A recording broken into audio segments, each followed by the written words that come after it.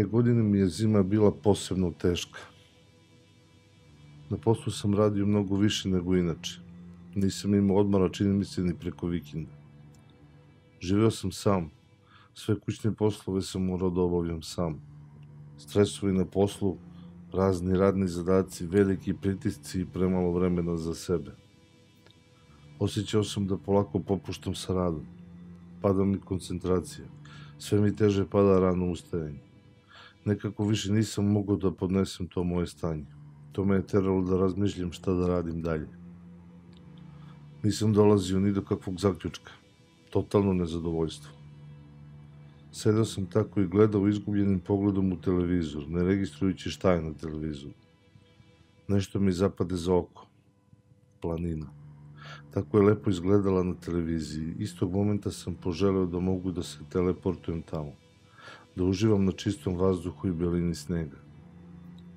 Nisam mnogo razmišljao. Reših da odem tamo makar samo za vikend.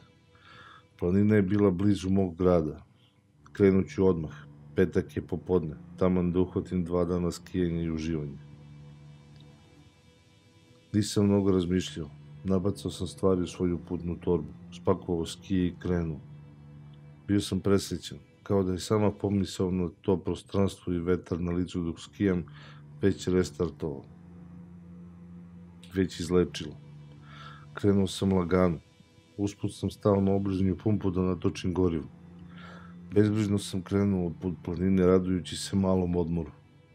Dan je bio lep. Bilo mi je neverovatno da nema mnogo automobila na tom putu u tom pravcu.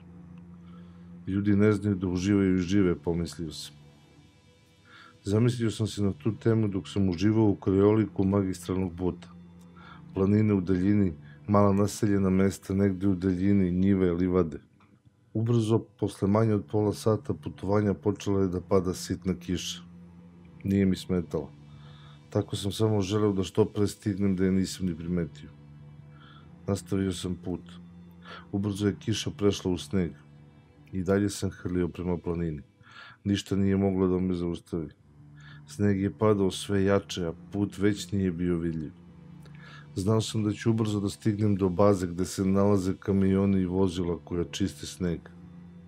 Raspitaću se tamo da li je prohodno, pa ću odlučiti kako ću i da li ću da nastavim dalje. Stigao sam u bazu. Tamo je dežurni izašao iz objekta. Popričali smo o situaciji na putu i čovek mi reče da je upravo jedan čistač snega otišao ispred mene. Ljubazno me pozvao da uđem i sednem nekih pola sata, pa tek onda da krenem. Prihvatio sam poziv i ušao u toplu kancelariju, gde mi je dežurni skuvao kafu. Popričali smo malo. Isto je bio ljubitelj prirode i planine. Posle nekih pola sata ja sam se zahvalio i nastavio svoj put. Sneg i dalje veje, iako je čistač snega nedavno prošao. Put se nije video. Nije mi se odustajalo.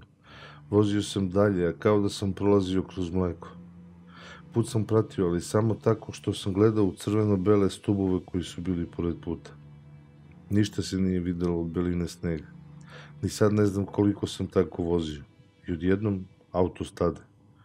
Šta se dešava? Na sredini puta ogroman smet snega visine preko 2 metra.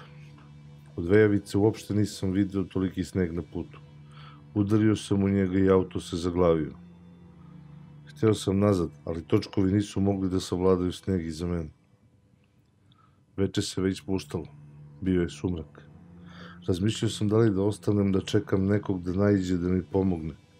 Nisam smeo da ostanem u autu. Plašio sam se da me sneg ne zaveje, da ne zaveje auto i da ne ostanem zatrpan. Slušao sam šta se sve dešavalo ljudima koji su ostali tako zaglavljeni na planini. Da li je bolje da izađem i ostavim auto? Da li je bolje da krenem peške? Možda ću naći neku brvnaru u koju ću moći da se sklonim od mećave.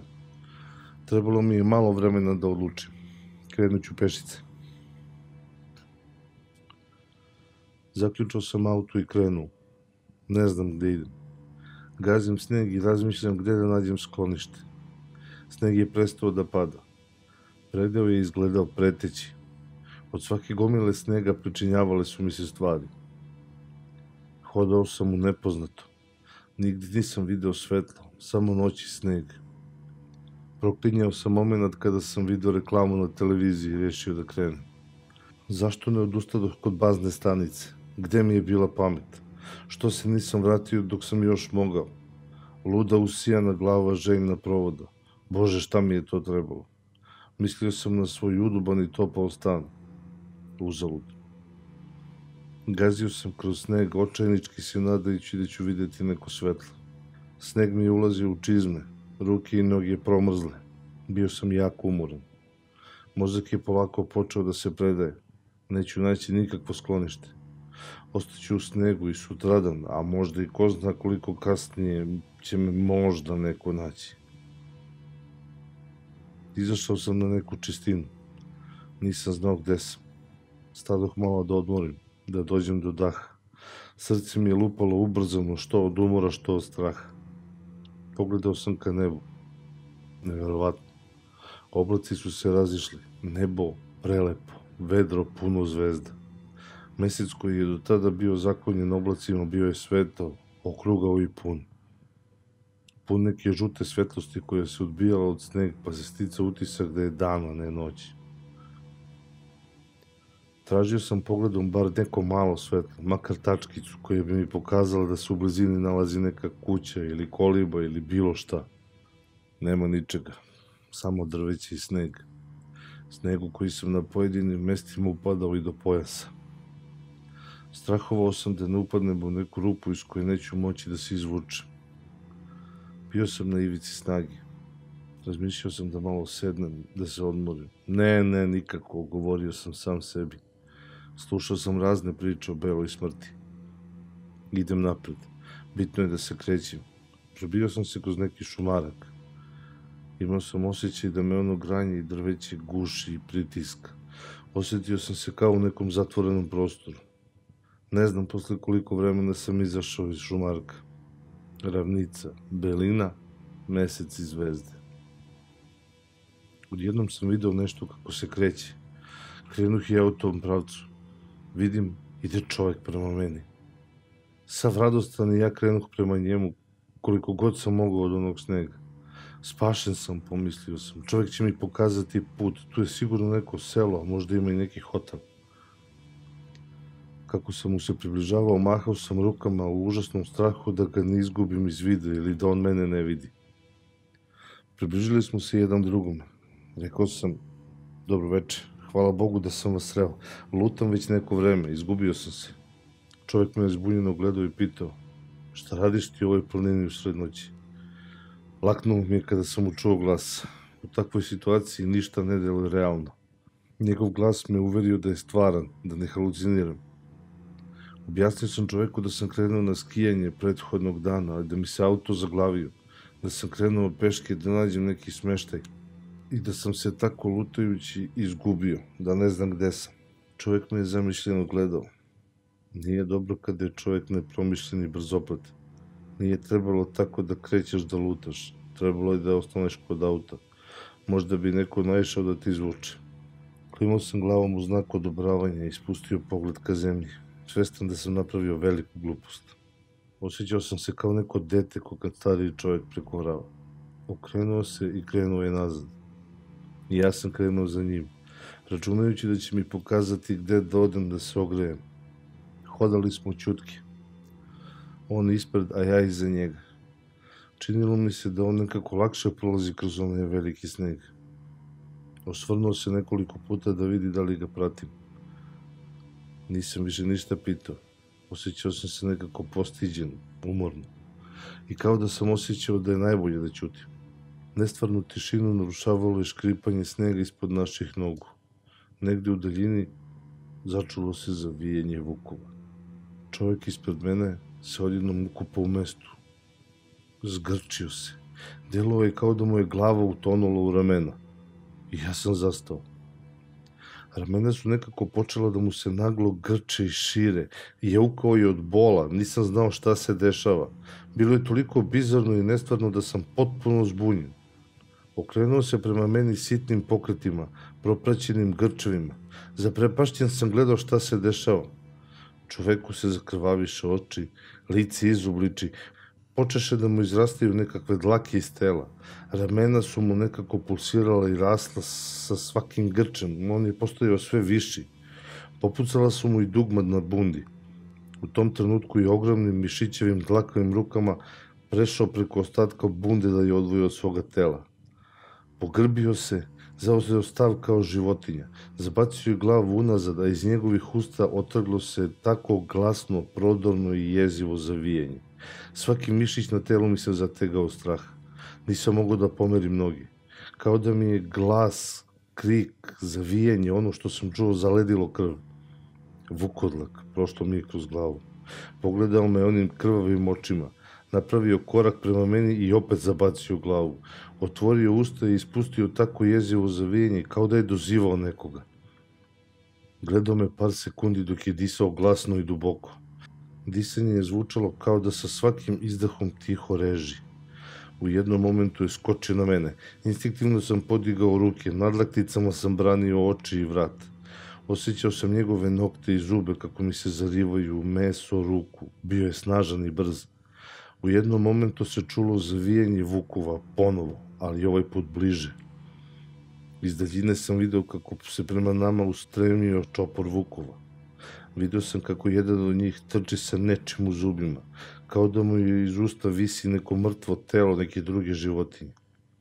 Odjednom, Vukodlak se okrenuo od mene i okrenuo prema njima. Ja sam pokušavao da nađem način da se izvučem iz ove situacije. Šta da uradim? Ako ostanem, rastegnuće me. Znači moram makar da pokušam da se spasem, bar da ne ležim i čekam da me napadnu. Odlučio sam da je najbolje rešenje da bežim. Adrenalin kao da je utopio onu sleđenu krv u žilama. Uspao sam posle par koraka da potrčim. Vratila mi se snaga. Čini mi se da sam za par sekundi stigao do drveta i popeo se na njega. Ni sam ne znam kako sam se popeo. Bio sam prilično visoko. Držao sam se za one zaleđene grane kao da mi život zavisi od njih. I slušao šta se dešava. U jednom momentu sam mogao da čujem samo zvuk svojih zuba koji cvokoću što od straha, što od hladnoće. Nastavio sam da osluškujem. U daljini se čulo režanje. Uspeo sam između krošnje da ih vidim.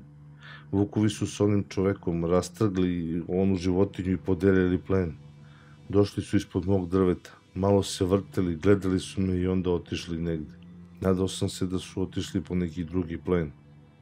Osetio sam mučninu. Počeo sam da povraćam u strahu da se ne vrate. Nisam smeo da siđem sa drveta.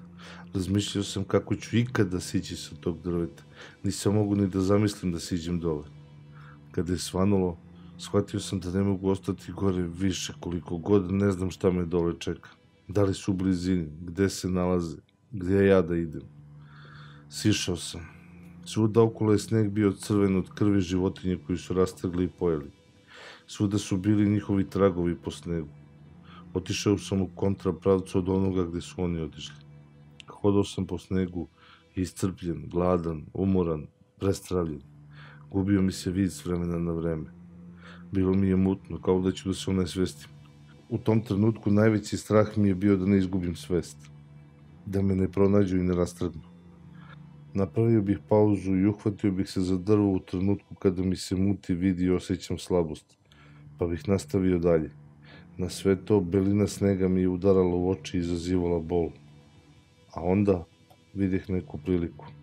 Škiljio sam da vidim bolje, da razaznam šta je ispred mene. Plašio sam se da nije onaj od sinoć. Međutim nije. Naišao sam na lovca. Iza njega još lovaca. Stajao sam i gledao. Čovjek me vide i dođe do mene. Dok sam ga s nepoverenjem gledao, samo sam uspeo da mu kažem, bez dobar dan, bez ičega. Prenoćio sam na drvetu. U tom momentu čovjek je nešto govorio, ali ga nisam čuo. Njegov lik se gubio u nekakvoj magli. Čuo sam mu glas, ali nisam raspoznavao reči. I mrak. Probudio sam se u nekakvom krevetu u kućici na selu. Lovci su me preneli u selo, zagrejali me, videli da se lagano oporavljam, iako se ja toga ne sjećam. Rekli su mi da se vraćala svest s vremena na vreme. Ostavili su me da spavam skoro ceo dan.